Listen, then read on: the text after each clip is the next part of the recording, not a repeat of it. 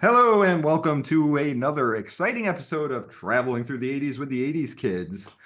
Today I'm taking over hosting duties, Kyle Lintz. With me to my side is devious Donald Brown. Welcome Hey there. back. Yeah, glad to be here. This is another exciting interview, so I can't wait to jump in. Yes. Yeah, we're not just doing any old interview. We have a friend of the show coming back to talk about what he's been up to. We was on recently. We welcome back to the show, Bart Sears. Thank you so much for coming Welcome, back. welcome. Hey guys, it's great to be back on. Thanks. Well, we love having you on. So we appreciate you coming on. So well we last time we talked with you, we talked a lot about your work with Hasbro and DC and stuff like that. Got to hear about your your climb into the industry through your time being an artist and working your way up and making it through. And so now we've experienced a lot of that. So what's been going on as of late? What are some of the new things that you've been up to? I did actually just remember a new thing ties to the 80s that I'm working on. They're bringing back the Cops toys. I did hear that. Really? Now, Yeah, who is doing that? Big Bad Toys online, Okay. and they're going to be 8-inch figures, and they're using the original sculpts. They're Oh, just cool. adding more This is joints, all based off of your all original. based on the original stuff that I designed. Oh, this is So it's awesome. cool, and it looks Now, like did I'll be they? doing all the package art. Oh, you're going to be doing awesome. So I was going to say, did they reach out to you to say, "Hey, Yep, yep. fantastic"? Now, what was that like? I mean, that's got to be kind of exciting to just Yeah. like out of Oh nowhere, yeah. like something I haven't I worked mean, on in a while. Cops was such a huge, part. I mean, it was the first big thing I did when I quit comics the first time because I was too slow and got into toy design. And that was my baby from at Hasbro from day one through the unproduced year three. So that was pretty cool. Is that something they're looking to do too? Maybe get to that point where like, hey, let's do some of these unproduced. Or brandy new ones. Yeah. Yeah, talks about that, Okay. but it's a slow, Mhm. a slow rollout. They'll start with Right. all proof and do a figure at a time. With these more expensive, fully posable, bunch of different hands and Mhm. accessory figures. So That's Yeah, really cool. that seems to be the trend of a lot of stuff it's coming back out again, or they're doing a newer version of yep, it, or just a lot of nostalgia stuff, which is really great. It's yeah. Not for our wallets, if we want to buy all that stuff, but yeah, just seeing all these Yeah. older figures come back and a whole new look. It's kind of exciting, but yeah. They'll be that's like, good. uh, this is one of the big bad toys from Monster Force, which I am Okay. designing some new figures for, but Oh, it's this cool. kind of thing. So I'll do the package art on the front and comic on the inside. Very cool. And So super sweet. is that based off the older line or is that a whole new fresh one? Uh, I don't really know. Okay. It's probably like a fresh take Yeah. on that because there Yeah, was a Monster Force, I believe, in the early 90s or something, but it's a um fresh monkey fiction. okay. Yep. I've heard of them. I've heard of them. So There's a lot of that's like what I'll those say. little underground toy stores that are really like companies that are bringing back a lot of those concepts. I was just in Walmart and I was walking down one of the aisles and I saw Sectors Oh toys. yeah, And Yeah. I'm like, holy crap, I haven't seen those. And they look exactly like they did back in the 80s. And I was like, wow, that's awesome. And that's I believe Nacelle is that company that's doing oh really? those. So it's Contact fascinating to see all those coming back out. It's really cool. somebody contact me to do covers for. I guess they're doing new Mhm. comics for them too. Oh, the Sectors? Yeah, I that believe I think that's all through Nacelle. I think they've got their own comic. could be. Like they're doing the whole thing because they bought like a rights to, I believe it was Robo Force, Cowboys of Moo Mesa, like all these different lines Yeah, from, and they're kind of doing their own, and Sectors I know was one of them, and they're putting all that yeah, stuff out. Yeah, so that's probably who is reaching out to you is that company. yeah. And they've been Cool. doing some great stuff with a lot of their documentaries. Their Netflix one they had, which was the toys that made us, and the movies that made us were fairly popular. So they've Yeah. expanded their brand quite a bit. Oh, that's cool. So it's definitely cool if they call you, hey, Well, I'm they in. did. I sent in a bunch of designs for Sector's covers and Hmm. one of the other ones, and they were like, "Thanks, but no thanks." And I was like, Hmm. "You called me." I don't know, but Oh, yeah. anyhow. It's kind of started the shift from, being a kid and looking at the toys, and now there seem to be marketing 50-year-old men Yes. for all these, toys. It's like, and really, that's got to be the market, because the kids may not remember that, but the nostalgia and guys like us, like, oh, that's cool. Now I got to go and, Yeah. go back. Or I go and I buy it and I'm like, hey kid, I played with this when I was a kid. You want to play with it? They're like, What is this? Were they priced for the kids market, or were they the more expensive kind? Was that The sectors? They were 25, which I That's thought not was bad. not bad for Yeah. that market. So I was surprised at the price because typically they're like 40 or more for those. So Especially I was like, for the nostalgia hit figures, because they really aren't selling to kids, because kids don't know what it is. But, yep.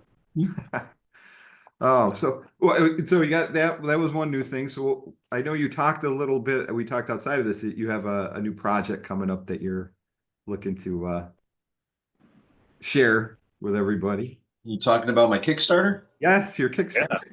Yeah, it's for these bad boys. Oh, very cool. Now, These are the hardcover versions, which I did with Ominous Press, I don't know, 5 years ago or something. And now I'm releasing softcover version now through Kickstarter for both volumes, 1 and 2. And right now it hit the first stretch goal, so there'll be a new tutorial for this one. Okay. And when we hit the second stretch goal, there'll be a new tutorial for number 2. And they're both be 144 pages. This is same size, 8.5 by 11. Okay, that's a full like comic story, and no, it's actually tutorials on how to draw. Oh, how to draw. Oh, that's cool. I don't know if you were old. You might remember Wizard Magazine. I do. I did Roots and Babes back in the day. Yep. And I revised all the tutorials from back then. I remember those. Added new content. So you did a lot of those. Pardon me? You did a lot of those for Wizard? Yeah, I owned Roots and Babes. It was my baby. And wow. I didn't realize that, because I did buy that magazine quite often. And when I stopped, I think they changed it to Drawing Board or something. They might have done a couple under Roots and Babes, but they stopped pretty quick. But awesome. These are, again, nostalgia from the 80s. Yeah. Actually 90s, wasn't quite the 80s, but yeah, so there's 2 volumes. Jam-packed with stuff. I'm working on the 3rd one, which I'll probably kickstart next. Oh, awesome.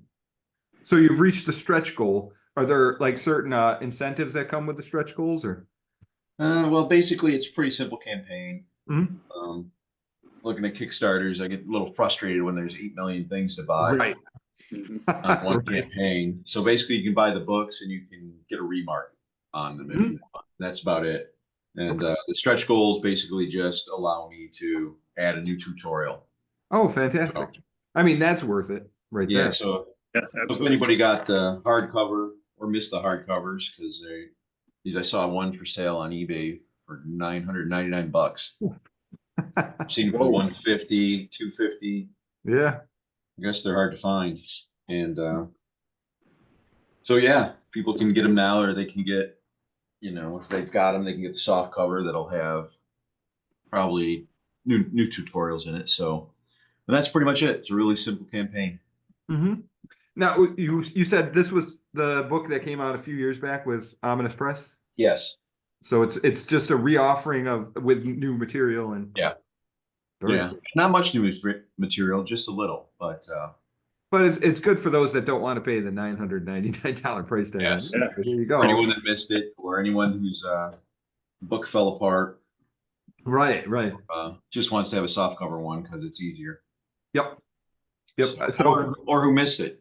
Because it's funny, you do these Kickstarter campaigns and you go through crowdfunding, and every show I go to, people are like, "You did a drawing book?" Yeah. And I'm like, "Yeah." Do you follow me on Instagram? They're like, "Yeah." How long you followed me? 10 years. Oh, yeah. I don't know what to tell you.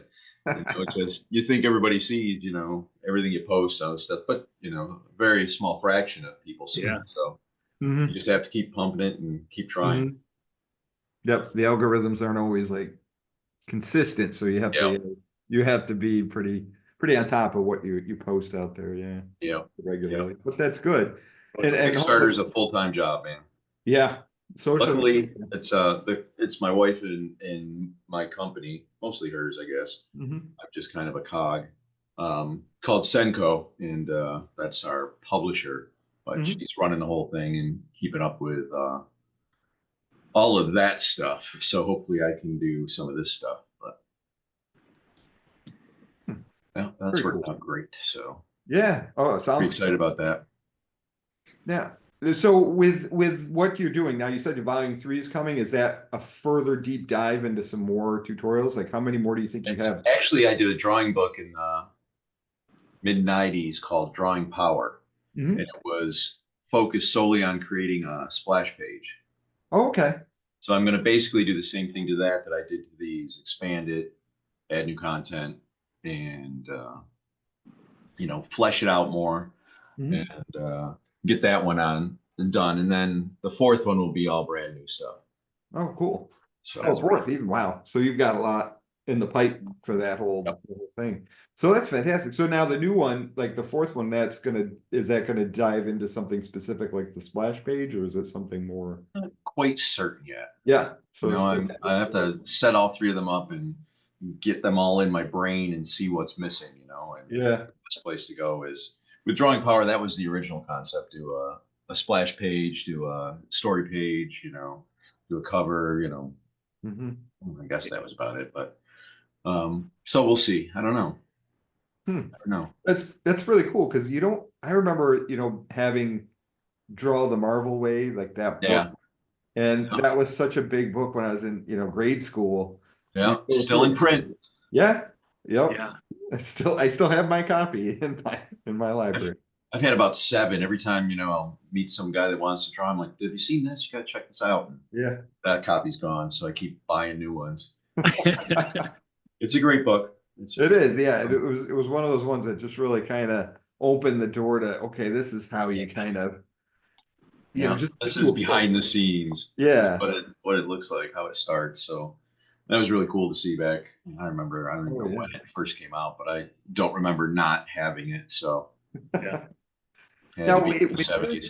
with your drawing books, what is a little bit different than what you'd get in something like the Uh, Marvel? I like to, maybe I'm being, I don't know, presumptuous or whatever the word is, but I like to talk about the why you do things Hmm. more than the how, because there's a million how to, Sure. follow this step and that step. And I talk more about why I make certain decisions I do, and why I might make it this way in this case and this way in that case. Hmm. So I like to talk about the stuff that goes on in your head that never makes it to the paper, or is what directs what makes it to the paper, I guess. Yeah. So they're very verbose. I tend to go on and on a little bit, but there's there can be quite a bit to read. Yeah. And I don't know if you remember the first Oh, yeah. Roots and Babes. They were only 2 pages in Wizard Mag, Hmm. and it was like the art was about this big, and the rest was text. Right. So now they finally got room to breathe, and I can actually illustrate what I'm talking about a little better. Yeah. Now, were you taking the original prints of that, or is this like redone? Oh, completely redone. Hmm. Completely redone. Yeah. Yeah. Yep. I like that approach of the why you did it, not the how you do it. That's it really dives into not just this is how you should do it, but this is Yeah. why you do it this way, and breaks it down in a way that most people probably don't think of it that way, of just, oh, I just want to learn how to do it. No, you should learn why to do this certain things, and the meaning behind it makes a huge difference, and why it would work and why not. I didn't intentionally set out that way, but that's kind of more my natural way to teach. So every time I taught, my favorite thing, okay, here's the assignment, here's what you do, blah, blah, blah. But my favorite thing is questions, because when you do anything, I equate, any kind of art or any kind of craft or, whatever, there's a way you do things. And after you do them for a while, you stop thinking about why and how you're doing them. It just becomes not muscle memory, but you know what you're doing. You don't Mhm. really think about it. And questions when I first started the Kubert school, I just loved the questions because I had to actually, okay, why did I do this? Why am I making the decision that? And then explain that to the kids in the class. And I actually learned a lot doing that, trying to focus on, why did I make that decision? Because I didn't really ever think about it in those terms Yeah. until I started teaching. And that started to make sense to me as to how to explain stuff to people. Yeah, makes sense. I mean, you think about that too, and that's kind of an application in any sort of how-to process. I want to know how to hang sheetrock. I want to know how to Yep. change the oil in my car. It's like, well, why are you doing it this way? Not just how to do it, but here's why Yep. you do this instead of just doing that. I think that's more. Or why didn't you call your friend to come over and help me hang up sheetrock in my garage? Why am I doing this by myself? And then That It's is funny true. you mentioned That's where I sheetrock came because our downstairs is being sheetrocked right now. We bought this I old know house. somebody that does it really well. He's right over here. And we got him, huh? Yeah. He's the friend. Yes. Yeah, that's why I had to bring that up. It was just his But analogy hit awful close to home. Our downstairs are 9-foot walls. Oh, wow. Boards are 8 feet. So what he's done, he told me the why is he does them 8-foot long ways from the floor and then 8 foot down from the ceiling. So he cuts the seam in the middle. He says, because when you're mudding, it's much easier to stand here on the ground and mud 2 lines along the middle rather than trying to get up, Right. 8 feet off the floor and do it. So I was like, oh, makes sense. Makes sense. I can agree with that. Yeah. Uh-huh. I'm just glad I don't have to do it. But, yeah, that's always a bonus. Now, so going back to some of your early days, right now, so you started in comics, you went to toys, you went back to comics, and then now what got you involved with And Wizard? back to toys. Yeah. What got you with Wizard? Like how did that sort of come about? Well, when I was teaching at the Kubert School, which I went to for a year, I dropped out my second year, and then I went back and taught in, I don't know what year it was. I guess 89, 88. I don't know. Anyhow, whatever the heck it was. The Kubert School had a graphics department, art department. They, did a lot of advertising and stuff like that. And a good buddy of mine who ran that studio at the time, Mark McNabb, had talked to Gareb Shamus, who started Wizard, because Gareb called the Kubert School to ask, how do I do a magazine? And you got anybody there that can help me produce the magazine? Because I'm, I own a comic shop, but I've never published anything. I don't know how to put a book together. So so Mark kind of guided him with different things. He hooked up McFarlane for him and different stuff like that to first cover. And he's like, oh, I got a good friend Bart who he'd do covers for you and different stuff.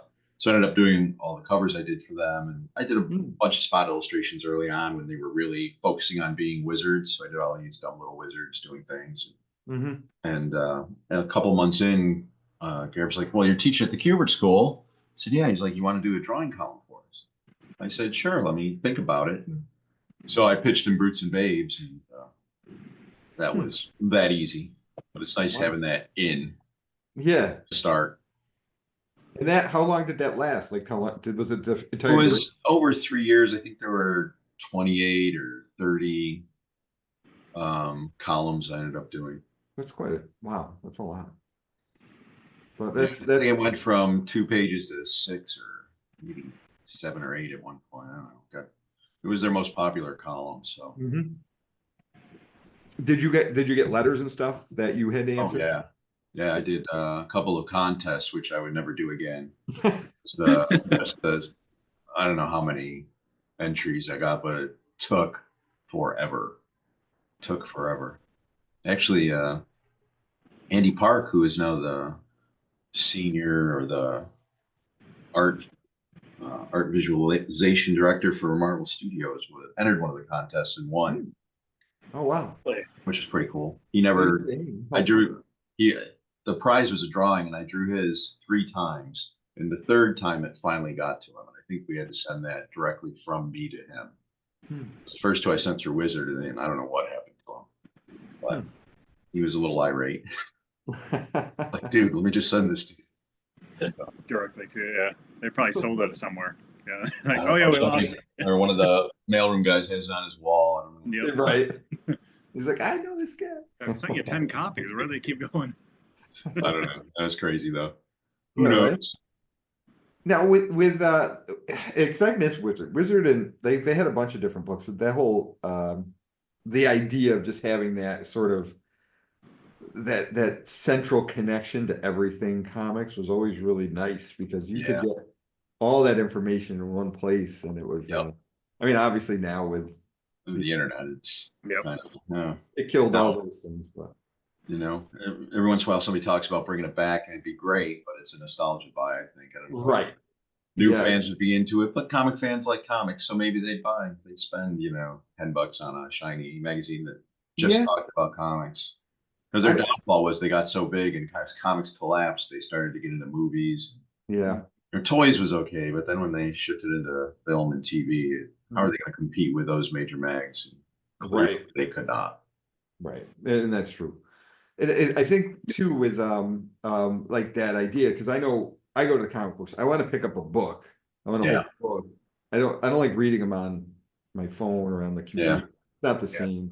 Nope. Holding that paper or those pages in your hand, and it seems even young kids don't like that as much. So yeah, it's interesting to see where it will go. Hopefully not completely away, but although manga's big that way. Mm-hmm. You know, even my 19-year-old reads his manga on, you know, Crunchyroll or whatever it is. Yep. And so that's just normal to him. But whenever he finds what he likes, we have to buy the collected editions. Have to be right. At least there's that, you know. Gotta have that. Gotta have that.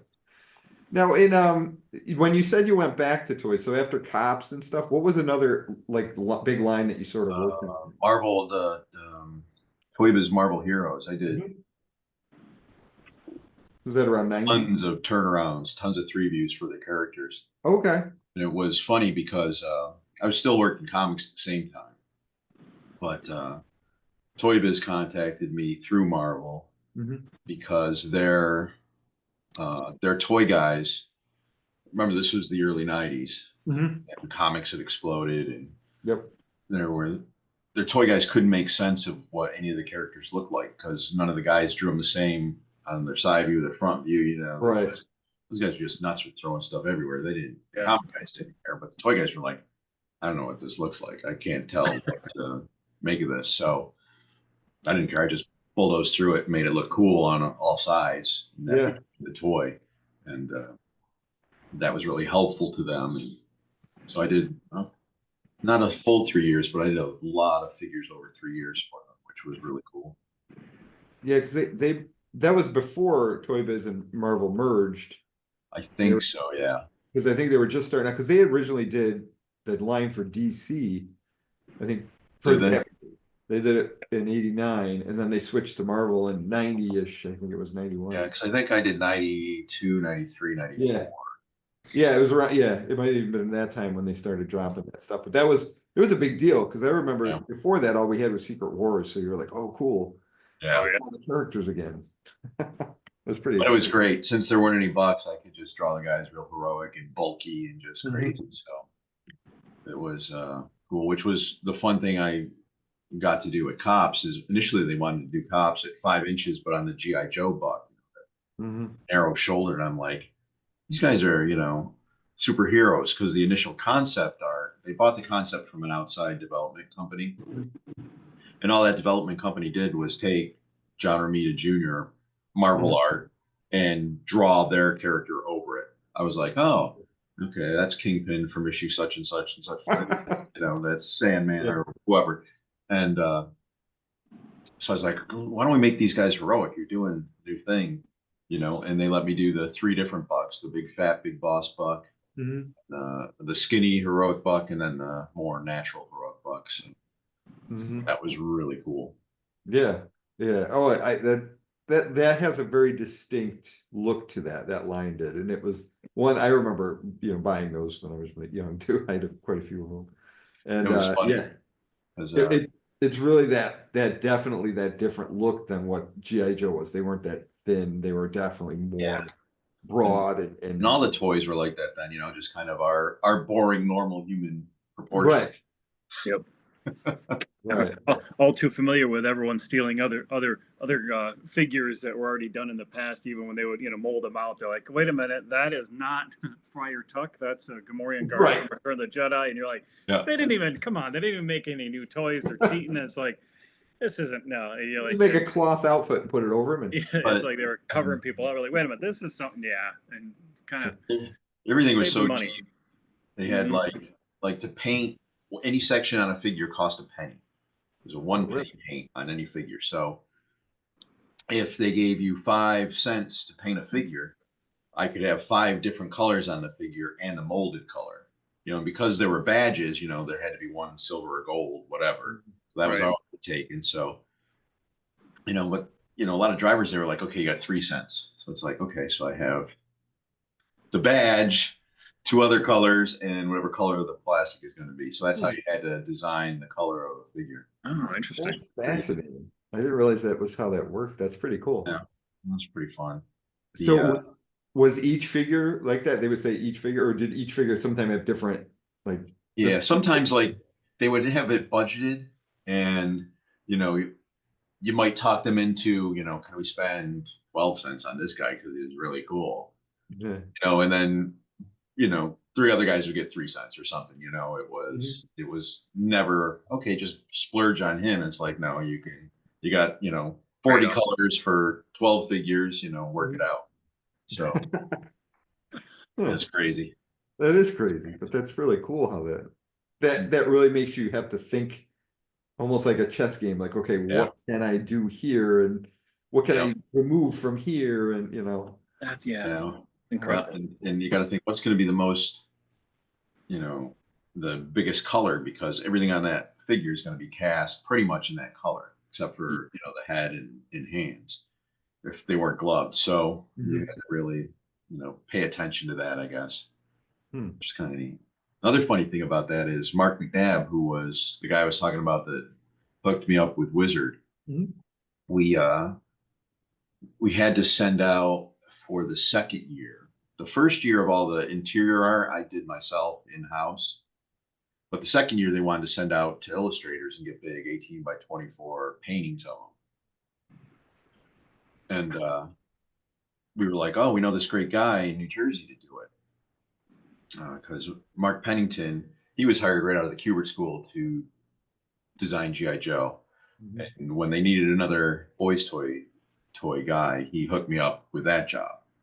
And so we were both working in-house, and we did a sample piece of art that I penciled, Mark inked, and we sent to Mark McNabb in Jersey, and he colored and sent that in as a sample to get the job to do all the promo art or the presentation art in the studio, which we weren't supposed to do. We weren't supposed to have anything to do with it. And we were pretty sure our boss and the marketing guy for sure knew it was us, but he didn't care because it was cool. So McNabb got the job to do all the big presentation art. So we did 2 years of presentation art that way. And the marketing guy brought me some of the marketing art, some of the package art they wanted to use for it. I'm like, ew, because the guys are all skinny. And I'm like, Right. what are these characters? I said, you should hire the guys doing the presentation art to do the package art. He's like, oh, that's a great idea. So they did. Yeah.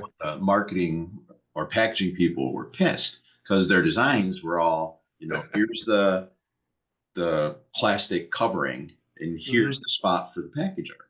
Right. So you can't draw big guys. I'm like, well, why can't you just splash the whole figure back there and just put the plastic over it? Who cares? And they were like, oh, we can't do that. But I drew them that way anyways. Yeah. And the guy head of marketing approved them. Nice. The first year got all our package art on it, and they didn't hire us for second year though. Apparently they got some sway.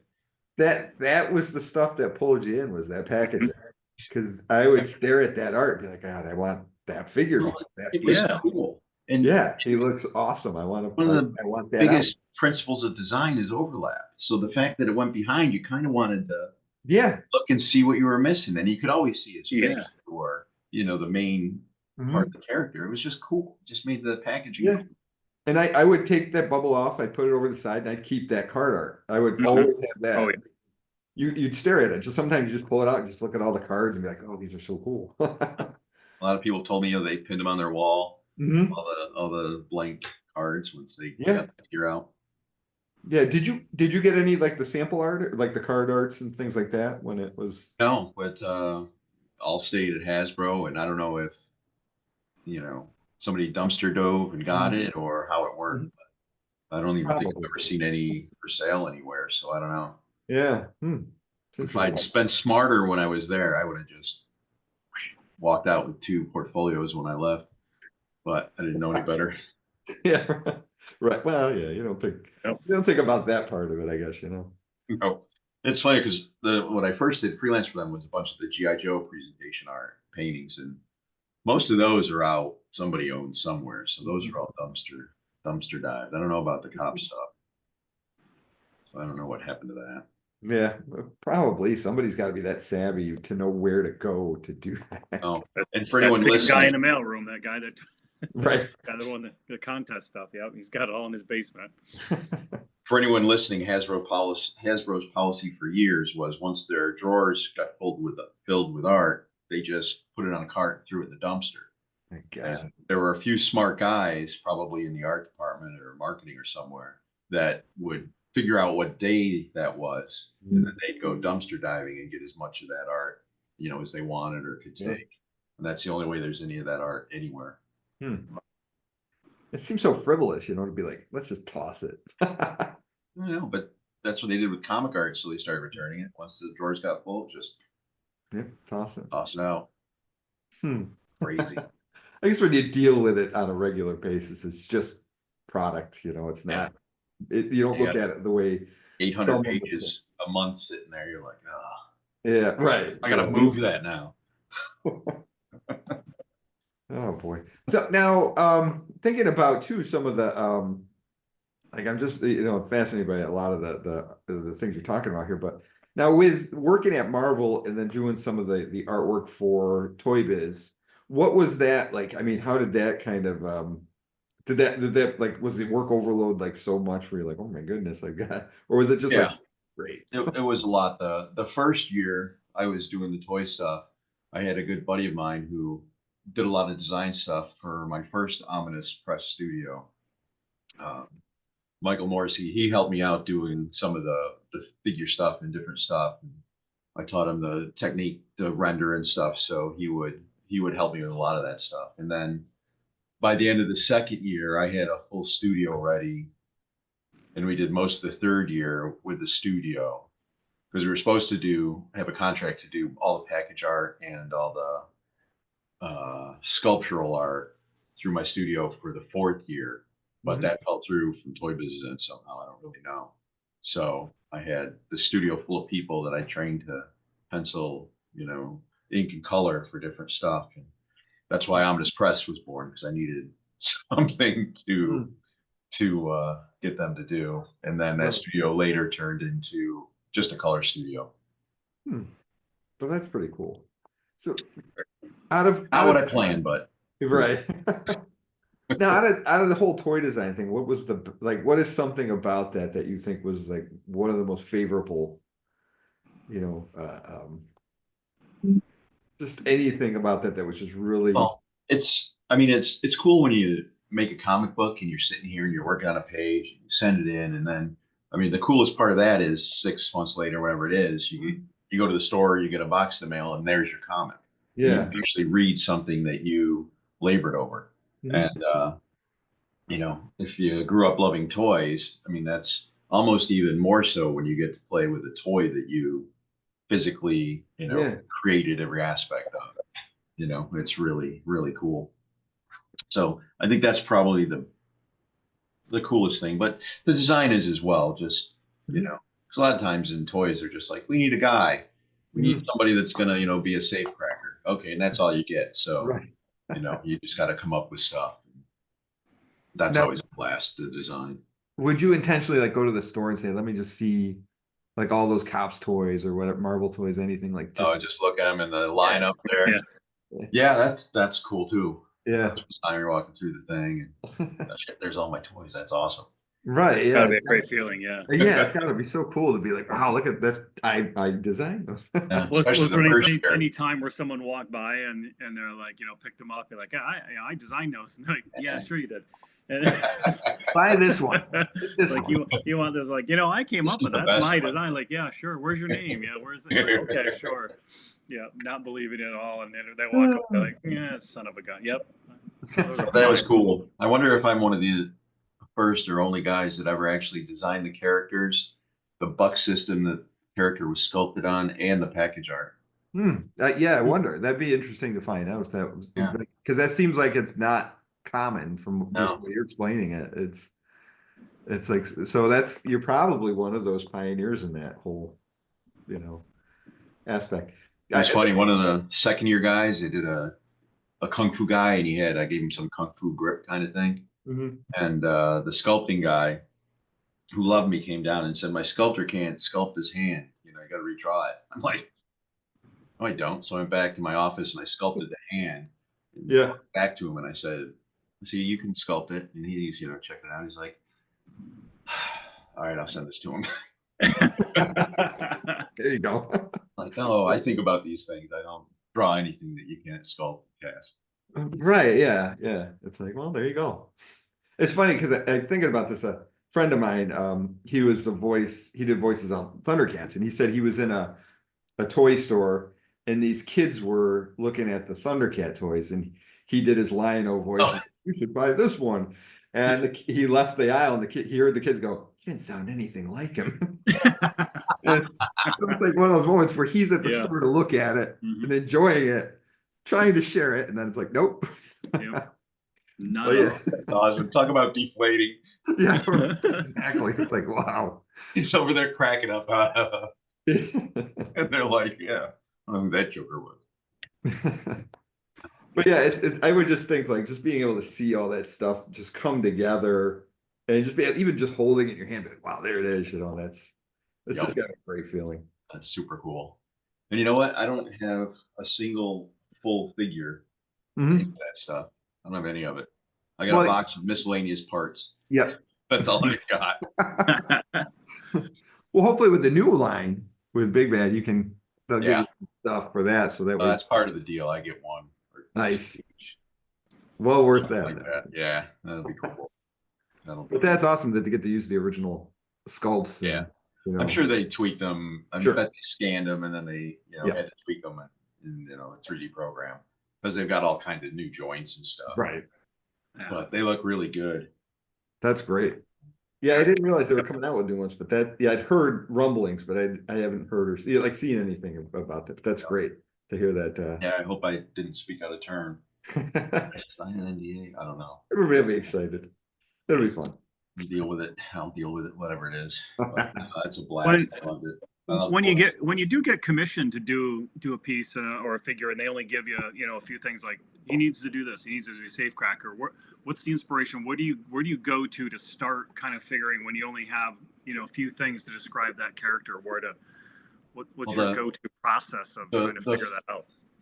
For Cops, for instance, the first season was it's kind of a take on classic gangsters, and classic cops. So they wanted that feel, but modernized, right? And it was set in a future time, fighting crime in a future time. So, and everybody thinks the animation came first, which is not true. Right. So that kind of gives you a starting point.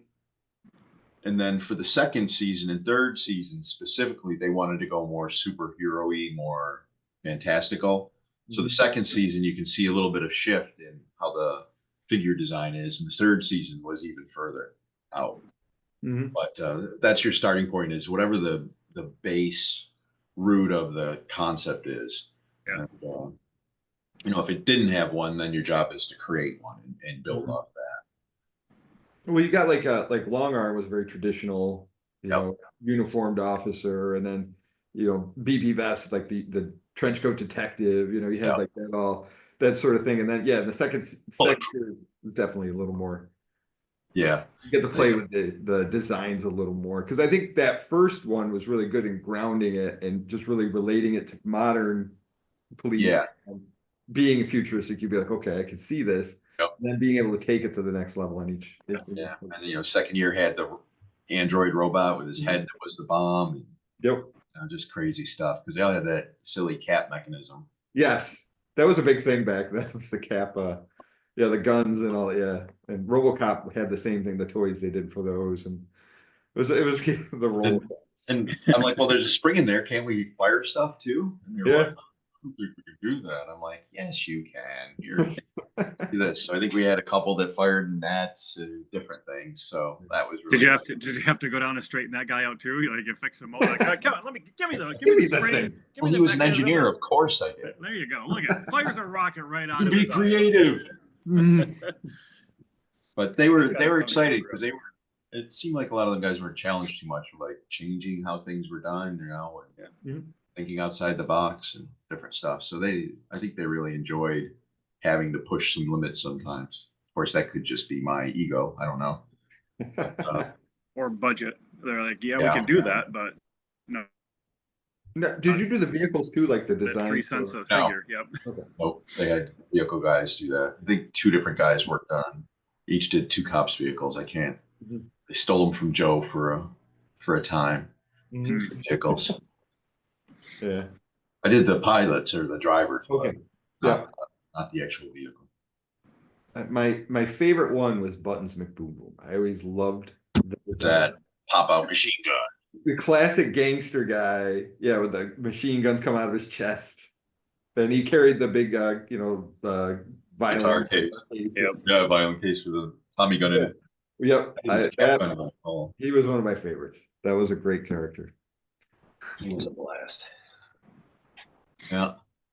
It was fun. For a long time I had stolen or somehow gotten all little of the sculpted heads, you know, the like first castings.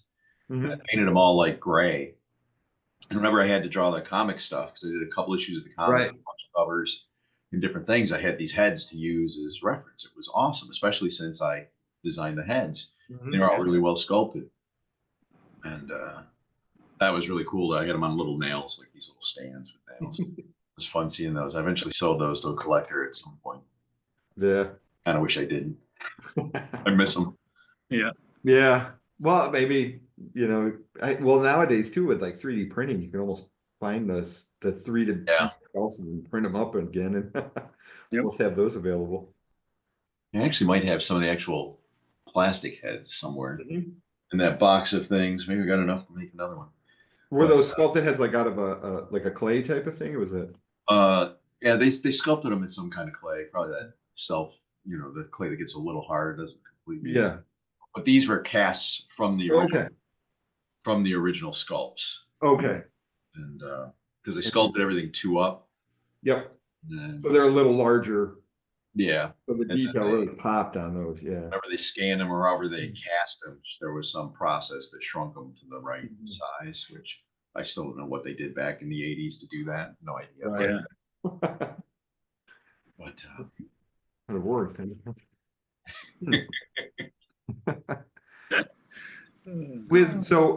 Any other are there new comics or any reprints of comics that you have like that are coming out from old issues or anything like anything new you got? I never have any idea for any of that stuff. Never. I have no idea. It's all haphazard. Because I have your the Justice League Unlimited Omnibus. Oh yeah. Justice League International. That I have that one. That's one man. DC's really good about sending you a copy or 2 of those. Marvel, not so much. Marvel, I usually have to find out who's in charge of things and say, did you print this? Yeah. Where's my royalty and where's my copy? Oh, you didn't get that? I'll have to check into that for you. And a year later. Check the mailroom. The guy down there is cashing your checks and taking all your stuff still. Right. Finding a way around it. Yeah. Oh, those checks, you can probably go to Burger King or something, but I don't know. Yeah, the royalty checks are not Anything amazing? Because a friend of mine who was in movies, they get a check and they'll show me like, oh, here's a 10-cent check I get for being on TV, and you're like, it's more to print that and send it to you than And send it, yeah. I should have just put a dime in an envelope. Yeah, It's but crazy. it's nice though. I mean, it's Yeah. nice to be able to make money off stuff you did years ago, even if it's just a little bit. It definitely helps when you're a freelancer, let me tell you. Hmm. Yeah, and a nice reminder too. Oh yeah, I'm still getting paid for that, or you know, Yep. since those Yeah. damn kids in the toy store don't care who you are, but you know, at least the checks come in. That's true. Hmm. Now Hopefully with these cops will be a success and the old line will come to the forefront. yeah, Oh yeah, I think it would. Do like some toy shows, that'd be great. I was just at one in Syracuse maybe a year or two ago, and the guy had a whole bunch of them. Like Oh, really? up at Funky Town. I don't know if you're familiar with Funky Town Comics. They're up No. at Syracuse, but they had everything still on the cards too. And I was like, wow, Really? that's amazing. Because and I mentioned it too. It's like I said, I know there's a guy not too far from you that probably designed all this stuff for it. He's like, really? Okay. Every show I go to, I look at all the toy Mhm. vendors if I get a chance, just to see if there's any cops figures, but I haven't seen any. Yeah, you don't come across them often, but when you do, you know the right. They're usually from a I guy. probably told you how that worked, right? They pre-order. Some genius brains at the toy company decides how many they're going to sell, and they pre-order that many for Christmas. And Right. they had aerators come out the same year, which they Mm. owned outright, and they thought that was going to be huge. So their predictions for aerators were phenomenal, and their predictions for cops were minuscule. Right. What happened is aerators are on the shelves everywhere, and Yeah. cops sold out. Yeah. And the retailers were pissed because they had all these aerator toys they couldn't do anything with, and they Mhm. wanted cops toys, and they couldn't even get reorders filled because they were all gone. Yeah. Uh, so the second season, retailers did not support cops, and that's what killed them. Hmm. Jeez, which is too bad. Yep. Because yeah, the aerators, yeah, that was, unfortunately, They yeah, were boring. yeah, I mean, it's kind of a neat concept. Doink and fly right. off. That's all it did. That was And the it. That's gear it, was right. big. It's weird that I mean, it was so cheap for them to make, I think is why they Probably, yeah. really loved it. But there just wasn't much to it, unfortunately. They got 3 issues of a comic series, I believe, too, and that was pretty much it for aerators. At least cops got a year. Exactly, right? And a TV show, so it Yeah. had Yeah. all that support behind it. Yeah. But yeah, hopefully, like you say, hopefully you'll see a lot more of a resurgence in that Yep. nostalgia for it coming forward. And I know, like, you see what's becoming a big thing too is I've noticed a lot of these streaming apps are now having like a nostalgia cartoon channel. Yeah. That's Right. and if that finds its way out there, I think that'll help boost it up Yeah. too. Because a lot my kids start watching those and they're like, "What is this?" And we were watching the old Police Academy cartoon, and I had some of the toys downstairs. I'm like, "Here you go." I pulled them out. I put them in for my kids, and they sat there and played with them for an hour. And I'm like, "That's awesome that they." Some of those old cartoons are just so wacky. Yes. Oh yes. They're still watchable somehow. Right. I don't. Yeah. There's something charming about them that just you're like, you get pulled right in. And you're like, I don't know what it is about it, but it's fun. Yep. Yep. So yeah, and to like a kid nowadays to watch it because my kids, it's all Pokemon or it's all so something like that caught their attention enough where they sit and watch it, and they still do because it cycles through every now and again. I'll put it on and they'll sit and they'll watch it, and I'll pull the toys out again, and they go through the whole process. But it's like I think it's just that there's something about what these were, just they were colorful. They were, the characters were always very, distinct and diverse, and there was a lot that something that everybody could relate to in there that you could really draw from that. Really, And they were simple. Their line, a lot of the lines were so yeah, over the top, kind of. very much so. You know, Yeah. And I think truth be Characters are told that I think characters. any show that comes up, a nostalgia show where there's a cartoon or some kind of a show where his kids are watching, Kyle could go down the basement and pull out a toy that relates to that show. Yes. Like, hang on, I got the toy for that one. I got something somewhere, at least something somewhere that probably is part of that. Check this out, Battlestar Galactica. Hang on just a second. Yeah, you're right. Here we go. It's a sad truth, but yes. Mr. T cartoon, you say? Hang on, let me go get the bus. Yeah. But that's great. It's a great way to connect, and even as an adult, seeing some of these things research and come back up, and bringing all those memories back up and going back and enjoying them is kind of cool. So yeah, you never know what's coming around the corner or what's going to come back. It's like I never thought I would see that again. I mean, I'm still banking that Captain Power and the Soldiers of the Universe will become a movie and they'll bring that back or something. Just something that was just hanging out there that loved it. It was so campy, and I loved it. I had all my video for a while. Yeah. Which one was that? Captain Power and the Soldiers. Love Neil Adams' property, I believe. Yeah. It was something about it. It was just different, and I'm like, I got hooked and I watched it, and I'm like, this is cool. It's something. I'll say the one thing that is different about the shows, the kids shows of the 80s, 90s, they got dark, and there were some pretty scary moments that happened, but it was riveting for a kid to watch that when characters would die or just some of the that would occur. You're like, wow, they went there. That was intense. That was a cartoon. How did that happen? Yeah. Yeah. And nowadays, a lot of them are so much safer nowadays, but it's like back then they didn't. Well, back then it was like for kids from age born to Yeah, right. Now it's very for preschoolers, right? For, elementary grade. They're very segmented. I think, even though obviously watch whatever strikes them, but right. Pretty clear borderlines on what they get away with or don't. So let's just recap. Well, now the Kickstarter, just so we make sure everybody's aware. How do they find you on there? Kickstarter is called Drawing Powerful Heroes 1 and 2 softcover editions, or if they can search my name, Bart Sears, or Senko, and they can find me anywhere on any platform except Twitter. I think I'm completely off Twitter now at Bart Sears Art. So it's Bart Sears Art on Facebook, Bart Sears Art on Blue Sky, although I just got on there. Bart Sears Art, Instagram, Bart Sears Art, wherever the heck. And BartSearsArt.com is my website. Nice. Oh, and Bart Sears Art on what's that one? Find out. ArtStation. Some stuff on there. That's a social media like art. Yeah, it's for a lot of concept artists and illustrators are on there. So yeah, that's where you can find all of my good stuff. Yeah, get on Kickstarter, everybody. And I'll send you guys a link to the Kickstarter. Yes, I'll post it with this and make sure everybody has direct connection. So hopefully we'll put it out there beyond that too. So we'll share it for sure. Yeah, excellent. Absolutely behind it.